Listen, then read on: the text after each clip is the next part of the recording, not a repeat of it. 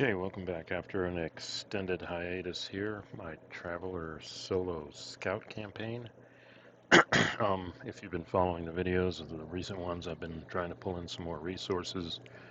Uh, Specifically, I got the open source Traveller Cepheus Deluxe, which I did a few back, and then the Mythic Emulator 2nd edition general solo RPG rules. So I'm going to attempt to restart the campaign here and leverage those tools as well as the Starship operations um, manual from the next era, I think. And I think I did a video on that way back. So going to see if we can put all these together. I'm a wargamer by background.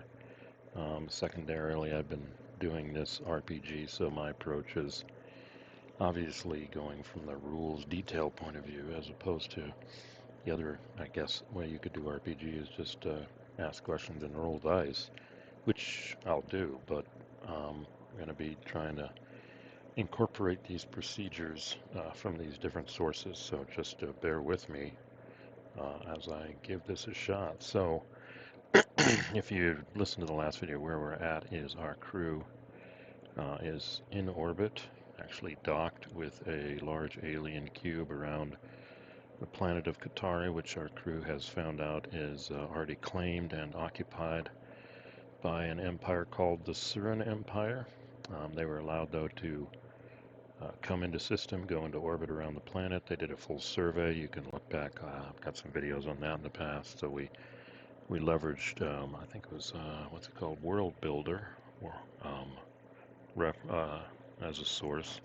And then we leveraged pocket empires to build out. I've got at least 2 empires right here, which we have a lot of background info on. But returning to our crew here, they were able to go in orbit, do a planetary scan, scanned the cube, got no response, approached the cube, an entry point was opened, and they were able to pull the ship up and go across, enter the cube, I guess we'd call it. Come to find out, it seems like a storage area for plant life. So their guess is that the Suran Empire that they just bumped into, the Suran reps, they are actually making the planet suitable for their colonization. Okay, their form of terraforming, I guess, or maybe it already started out that way, and they're just introducing plants and animals that bring it closer to their point. So they encountered them, and right off the bat, the Suran representatives said, "We don't want to trade," which then gives us a clue that apparently free traders, whatever, have been entering into this area that supposedly is the edge of the Imperium, and they are the first actual Imperium representatives to scout this. Which then explains why way in the back there was that free trader impounded back at the scout base. So it seems that this empire was known. They did have knowledge of the Imperium, but we didn't really figure that out. Our crew also said there's another empire out here, so they're aware there's 2 of them. But then the Surin representative said, "This is our planet. You need to leave. If you do want to do formal relations, we're going to notify the homeworld, and please do not return until 3 weeks." I guess that's the 2-week jump time for their reps to be here. And when you come back with your diplomatic representatives, whoever will figure out where we're going from there, because the main government has to decide that. So where we're at now is it's time for them to leave. And the captain has made the decision, because this is obviously 2 new empires now of at least tech level 12.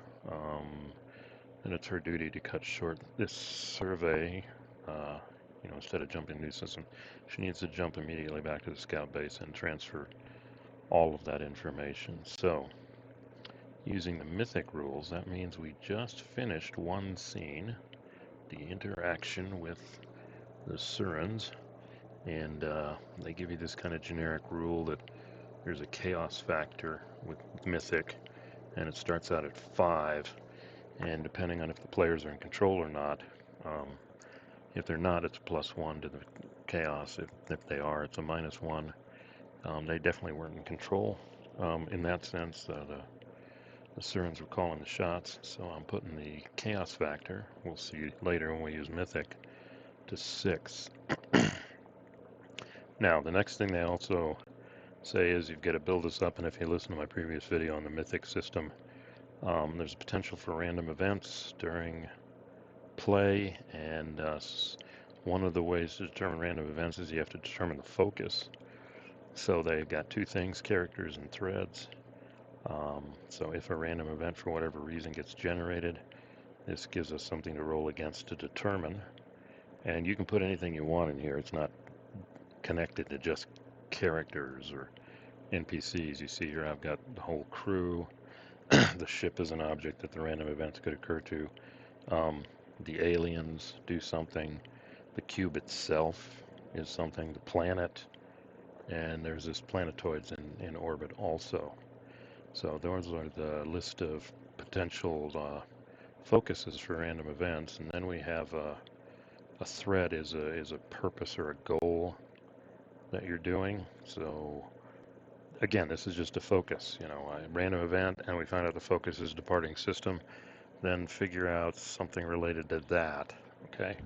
We've also got the preparing for jump back to base. You got the return to base and report to command. These are a little further out, but I thought I'd put them in. And basically between each scene, you're supposed to go back and kind of clean this up, call it, add more stuff. But this is for our next scene, which I'm defining as I'm saying at least getting 200 diameter as a jump point. So this next scene is anything and everything that happens between now and then. Of course, if something drastic happens, that may end and put us into a new scene. So coming out, we define, according to Mythic, the expected scene is basically they'll board the ship, plot the course, and go to the 200 jump point. And that's it. So the next thing you need to do is you need to test if that's what actually happens. And that's a die roll, I believe, against the chaos factor here. So let me pull that table up. All right, so if you roll 1d10. If you get over the chaos factor, what you just said expected occurs. If you'll roll within the chaos factor, if it's an odd, it's an altered scene. If it's an even, it's an interrupt scene. Altered scene means somehow the expected scene is tweaked or something changes. Interrupt scenes means something completely different happens. Basically throw the expected scene out the window and try and figure out through random events what that is. So I'll pull over my handy dandy die rolling website here. And it's 1d10. So I'll change that to 1. And chaos factor is 6. So for the expected scene to occur, 7, 8, 9, 10. Well, that's exactly what happens, although I'm going to introduce some stuff that roll high. So we don't really have any alterations in the scene according to this. So let's see, define, test. 10 happens. Okay, good to know. There is no outcome, it happens. All right, so pretty much with a 10, it sounds like nothing's going to happen. That's so high. So they are able to get back to the ship, and then captain gives the order, we're departing. They've got to recover the drone, I believe. So we'll roll a skill check against that. All right, recovering drone is a routine event, so the target number is going to be 6+ for the roll. So I think if we're doing regular traveler, it's a 2d6. I don't think I have any modifiers, but let's just roll it and we'll go looking if we do. Oh, come on. They are just not having any luck with these drones.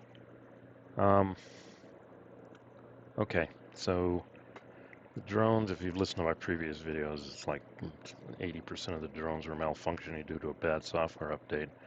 Now they're trying to recover the drone, and Oh wait, yeah, that's not it. They didn't get it. I mean, it was almost an automatic with a 2. So let's see. I got to figure out what question to ask about what happened to the drone. Okay, we're gonna try the fate chart for the first time here. We got to do a question here, and the question will be, does the drone? I guess I can get it with 2 questions. Does the drone, has it malfunctioned, or is this something that the cube did? And based on their previous experience, I'm going to roll saying, did the drone malfunction? I'm at likely, but I'm at a 6 for chaos factor.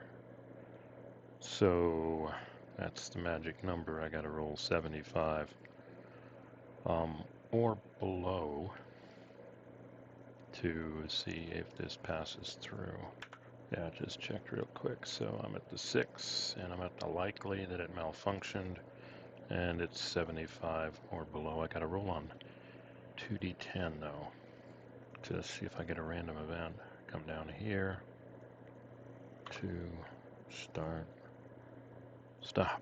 Oh, for Pete's sake. 99. Okay, it's not a malfunction. The cube took a pot shot at it. I gotta do one more question. Did the cube, did they disable it or destroy it? How am I gonna ask that? Okay. Okay, next question. I don't think they'd out and out destroy it, so I'm going to say that the Surin's disabled it and do a likely again on a 75. Let's see what happens. Disable less than 75. Yeah, okay, that's reassuring. They didn't destroy it outright. They disabled the drone. And then the question is, how does the crew recover it? So they tried to communicate with it, and it's pretty much dead in the water. Okay, so it's disabled. So what we're going to do now is the crew mans up and they start just moving towards the drone for a manual recovery. And I'm going to run that as a, well, difficult. Shooting a target beyond effective range, shooting a target. I'll give them a break. I'll roll it as an average to see if they can pull off a manual recovery. So it was actually disabled by them based on the rolls. So they got to roll an 8+ on 2d6. Let me see if anybody's got it. That's just probably a piloting issue. Okay, it's going to be average. I'm going to do against her dexterity, but her dexterity is got no modifier, but she is a pilot +1, so I'll give her a +1 on the die roll. 8+ manual recovery.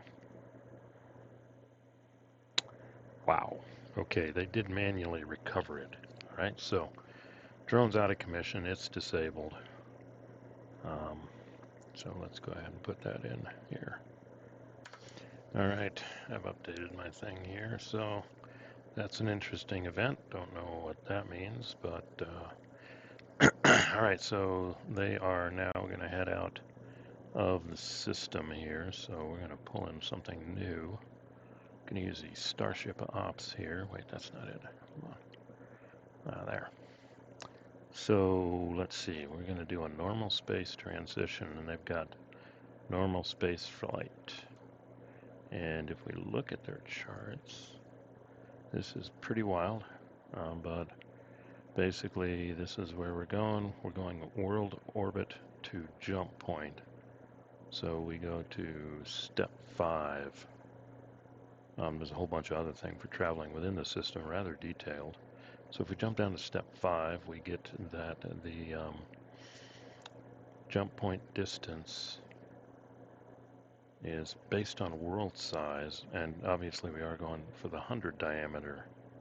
Sorry, I said 200. So we're going for the 100 diameter, and we just need the world size for Qatari. Yeah, so if I'm reading this right, it's size 5, 800,000. Okay, so we're going to go to 800,000. And I think that's on the next one. Whoa, that's pretty detailed. think we, hold on. Yeah, I need to read this. Go to step 12, 800,000. There's step 12, and you can calculate it. I thought there was a chart here. Hold on. All right. Apparently, I take 800,000 times, I guess P is, I'll have to go back and look, but P is assumed for 0. So that drops off, and it's 2 Gs times 32,400, which is, I think, the speed you can do. So if you run this formula for 800,000 here, you get 4 hours, and I do like that because it does get backed up generally. Ground to typical planetary jump point, 4 hours. So they're going to have 4-hour transit time to the jump point. They do have, you could optimize this getting down in the weeds. I think 4 hours is fine. So they're going to proceed out of the system heading for the jump point, and it's going to take them 4 hours with their purposely malfunctioning drone now. Now on the way out, I am going to now put on my Game Master hat and say they detect something in the planetoid belt, a ship in the planetoid belt surrounding the planet. Okay, on their way out, I'm going to say that there is a Surin somewhat military vessel lurking in the planetoid belt. Now they're saying, oh, hey, we're detecting drive signature from the planetary belt. It's coming out, and I've got 3 choices here, an SDB, a frigate, or a destroyer. So I'm going to roll, and that'll be 1, 2, 3, 4, 5, 6. Not that I hope they don't expect to get in combat with them, but let's go ahead and see what kind of ship it is. That's a 1. It's a system defense boat. So they detect a system defense boat coming out of the planetoid belt, heading towards them. I need to resolve 200 diameters, or it's 100. I can just double that. So a Surin system defense boat that was lurking in the planetoid belt comes out. Carol makes a comment, wow, we should have scanned the planetoid belt. I'm not going to let that happen again. Apparently it was powered down or lurking or whatever, and that's maybe the people that the Surins on the cube said they've already communicated to. So they're coming out, and the thing I want to roll is I am going to use, here we go, ship encounter table. I could ask a fate question, but this is coming out of Cepheus Deluxe. We're going to see what kind of attitude. Let's hope it's not a 2. Anything but a 2. But the way I've been rolling, who knows? So this system defense boat comes out, and we're rolling 2d6 to see what they're up to, or what their attitude is going to be. Survey says, don't say 2. Okay, 6. Indifferent. NPC will exchange normal ship ID protocols, will respond wirely and neutrally otherwise. So I'm just going to assume, I don't know what they'll call them. They've already identified themselves as the Imperium, so they'll say, Imperium ship, the translator's working now. Please proceed to the jump point. We will escort you, whatever, okay? So they have an SDB escort coming out, but that's kind of indifferent. That's good to know. Didn't do anything more hostile than deactivate their, disable their drone. Indifferent escort, okay.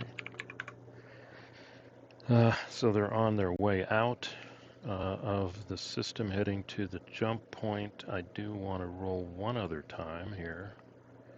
I'm using the ship encounter table here. It's kind of interesting to figure. It's not the middle of nowhere. It's not bandit. Let's see if they encounter something else here. All right, I'm going to actually go back to Mongoose Traveller, 2nd edition, and assume this is, nope, it's a border system. I mean, it is the border for the Surin Empire, so die roll modifier is 0, and it's a D66 over here to figure out what, if anything, Well, I'm assuming they're going to encounter. Hold on here, let me check some. Roll 1d every day on 6, you get an encounter. Yeah, I'm going to go with this. I got to roll 1d. If I get a 6, they encounter something. Beyond the system defense boat. Roll. Nope. Okay, that's good. So they are proceeding out. So they will make it to the jump point successfully. And I do want to ask a question because there's something else I want to do. Come back to our handy dandy. Will they stay at, will the SDB stay until they actually jump? And I'm going to do it again, a likely. So we'll see why in a second. That's a 75. 2D, let's go. Oh, I gotta click start. 33, they do.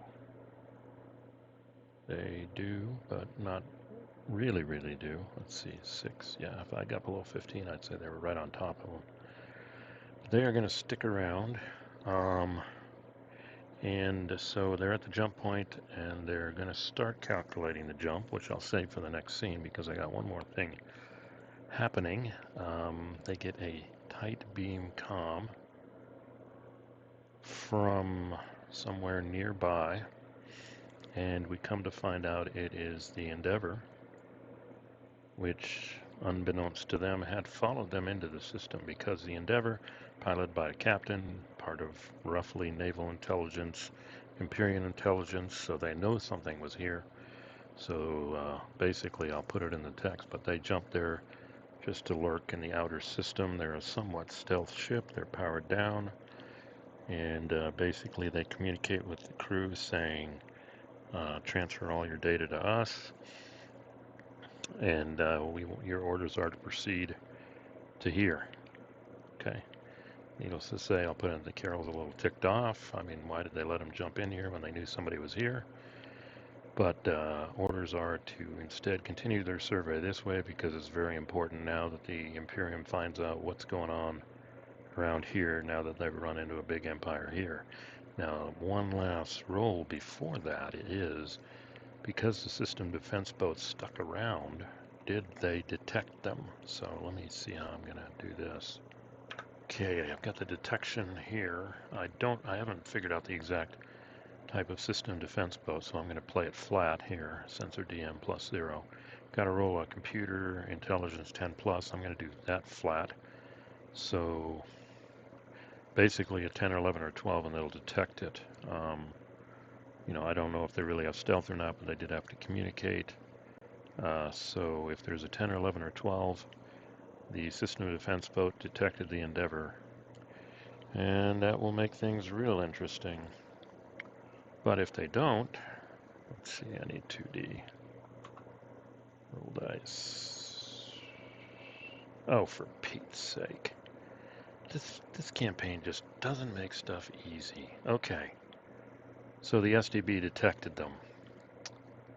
Great. Now we need to find out. Okay, I want to do it here again.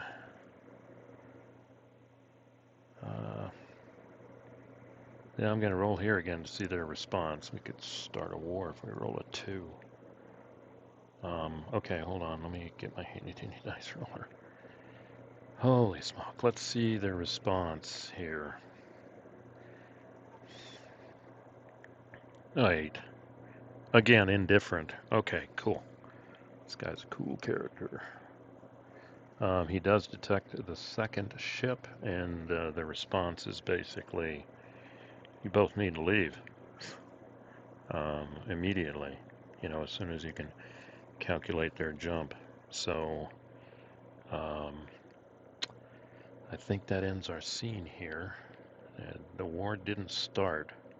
That's reassuring, so I'll have to build a narrative to this. But basically, yeah, they were able to leave. The drone was broken. They were escorted by a system defense boat, a Surin system defense boat class ship. At the jump point, they found the Endeavor lurking, giving them orders instead to jump over here. And even though the Surins detected the Endeavor, they were basically saying, hey, both of you need to leave. Don't come back for 3 weeks. So in our next scene, I'll assume burst transmission. All the data has been transferred. But that's about all they can do because the SDB is sitting there saying, jump, time to jump. So we're going to do jump calculations. The next scene, we're going to be the jump for our crew here, the Intrepid. And the Endeavor probably already had the jump coordinates set. So she's probably going to jump really promptly and be gone after, the Endurance, after she gets all of the information. And the Intrepid will run through the jump routine in the next scene, out and heading to this place. All right. So, no shots were fired. They just broke a drone. And we'll go from there. All right. Thanks for listening. Thanks for putting up with me as I try and go through all this stuff and figure it out. And I hope to have a better cadence here on our crew here going forward. So if you like, click like. Any comments, appreciated. And please subscribe if you want to know when the next episode of our Intrepid crew occurs, as they're going to explore this system next. All right. Peace out.